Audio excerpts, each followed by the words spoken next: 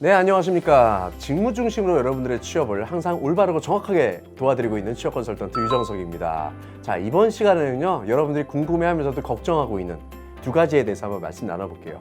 첫 번째, 블라인드 채용. 두 번째, 상시 채용이 확대되고 있다. 이거에 대해서 한번 그냥 솔직하게 또 말씀드릴게요. 일단 뭐 블라인드 채용이라는 거 여러분들 많이 들어봤을 거예요. 솔직하게 말해서 여러분들 선입관 안 갖고 보겠다. 뭐 그건 다 아시잖아요. 그러면 블라인드 채용 뭐냐? 일단 채용 과정에서 편견이 개입돼 갖고 불합리한 차별을 야기할 수 있는 뭐가 있습니까? 출신지, 이 사람 어디서 어디 사는, 이 사람 광주 사람이네, 이 사람 부산 사람이네.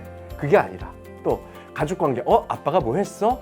그게 아니라 학력, 역시 스카이야. 이게 아니라 외모, 참 빠릿빠릿하게 하게 생겼네. 와, 이거 뭐 거의 박보검 수준.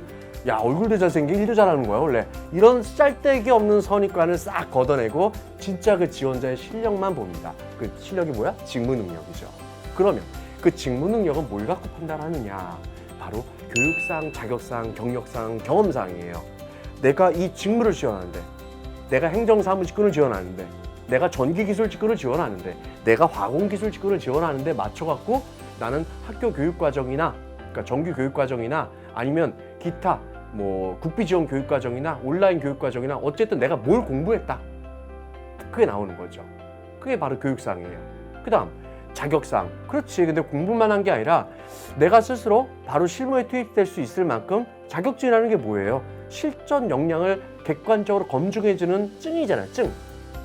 그래서 뭐 예를 들자면은 뭐 아까도 뭐 사례 들은 게 있었지만 전 시간에도 뭐 기계공학과 나왔을 때 일반 기계기사 같은 거.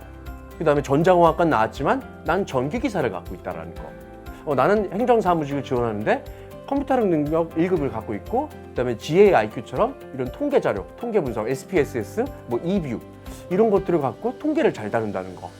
그런 것들이 바로 자격증이 되는 거예요.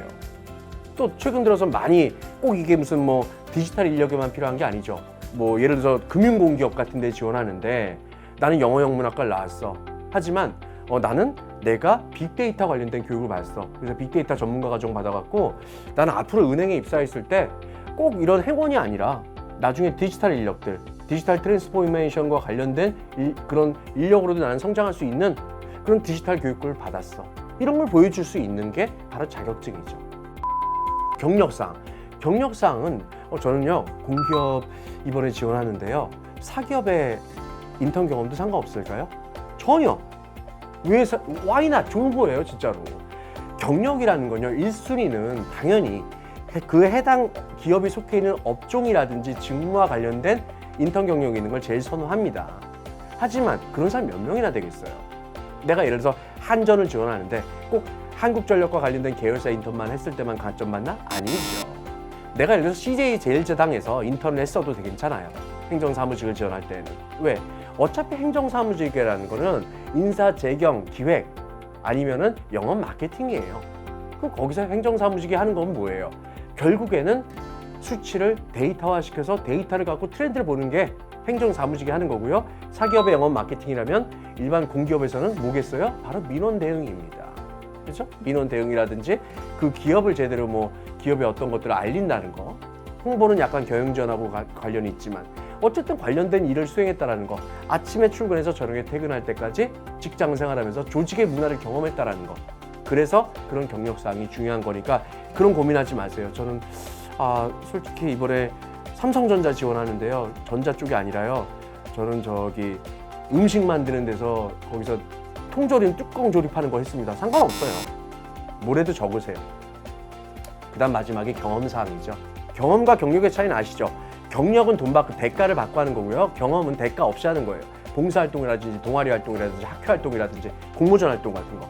그게 기술직 같은 경우는 연관된 활동을 하는 게 있으면 가장 유리하고요. 일반 행정사무직 같은 경우에는 내가 봉사활동을 통해서 어떻게 하면은 내가 예를 들어서 저소득층 대상으로 해갖고 교육봉사활동을 하는데 참여를 했었어. 그러면 이게 저소득층 이 중학생 애들이 전에 보니까 왜 참여율이 낮았을까? 이거를 내가 과거에 대한 것들을 집중적으로 다각적으로 고민해 보는 거야. 다각적으로 고민해 보고 다각적으로 접근해 봐서 참여율이 낮았던 이유가 이거구나. 그러면 이 학생들의 참여율을 끌어올리기 위해서는 내가 뭘 해야겠다? 이걸 갖고 집요하게 실행을 합니다. 즉 다각적인 접근과 집요한 실행, 이걸 통해서 참여율을 높이고, 그래서 이 학생들의 만족도를 끌어올렸어. 그런 것들을 여러분들이 경험사항에서 어필하라는 거예요. 그래서 그런 것들을 서류, 자기소개서에서도 쓰는 거고요. 또는 그런 사람들의 가치관을 필기시험에서 보는 거고요. 또 면접에서 상황 질문이나 경험 질문을 통해서 보는 겁니다.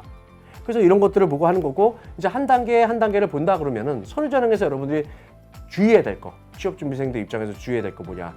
일단 전공에서 지원 직무에 필요한 과목 선정부터 제대로 해야 됩니다. 자기소개서 쓰는 것만이 아니라 앞에 입사지원서가 굉장히 중요해요.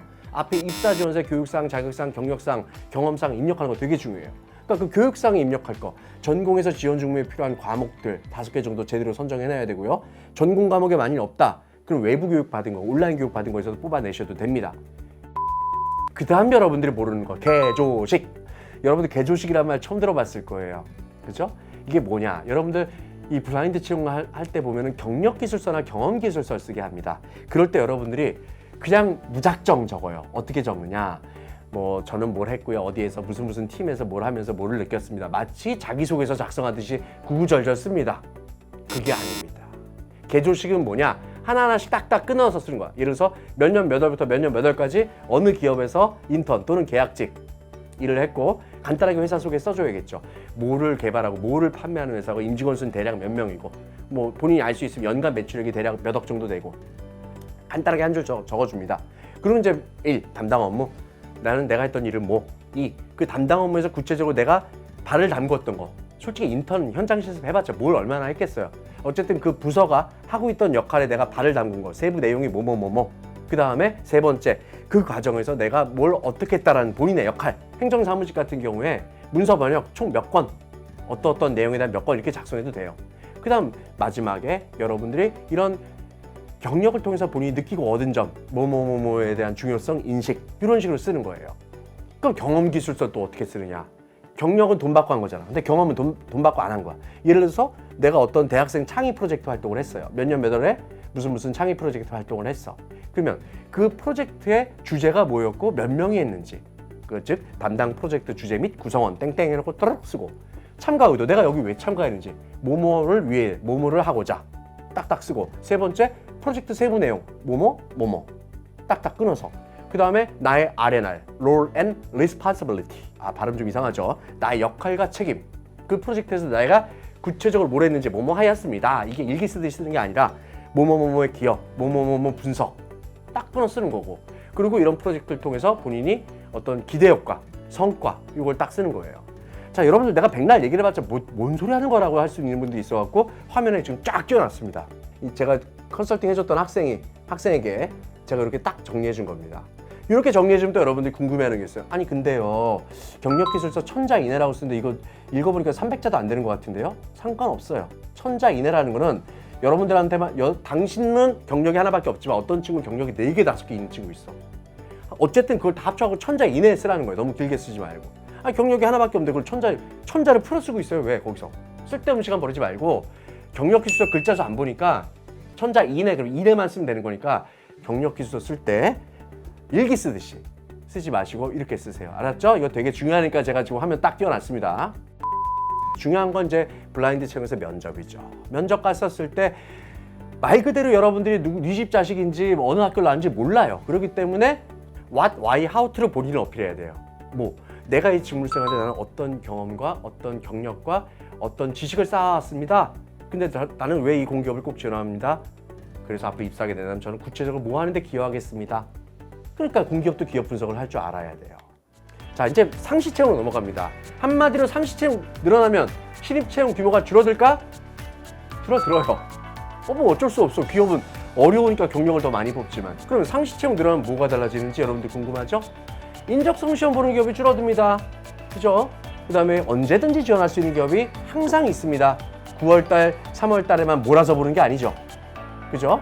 그 다음에 직무별로 뽑습니다. 그렇기 때문에 채용 공고 나왔었을 때 세부적인 JD가 나오겠죠. 그리고 그만큼 이 직무에 대한 이해도가 더 높아지고, 그렇기 때문에 중고 신입 선호도가 올라가고요. 전체적인 공채가 없어지니까 1대1 면접이나 1대 다면접이 더 많아집니다. 그럼 여러분들 뭘 어떻게 준비해야 돼? 중고 신입 좋아한다고 했잖아요. 인턴이나 현장 실습, 아르바이트, 인턴도 어려워요 요즘. 그러니까 현장 실습, 아르바이트라도 많이 쌓으려고 노력하시고요. 그래도 없으면 직무교육 제대로 받으세요. 서점 가시면요, 구글도 모르는 직무분석집이라고 제가 쓴 책이 있어요. 그거 읽어보시면 진짜 직무에 대해서 잘 나와 있거든요. 그거 보시면서 직무 간접 교육이라도 받으시고요. 제일 중요한 거, 여러분 멘탈 관리 잘 하셔야 됩니다. 멘탈 관리. 일일비하면 안 돼요. 떨어지는 건 당연하지. 붙는 게 오히려 신기할 수도 있어요. 멘탈 관리 잘 하시고요.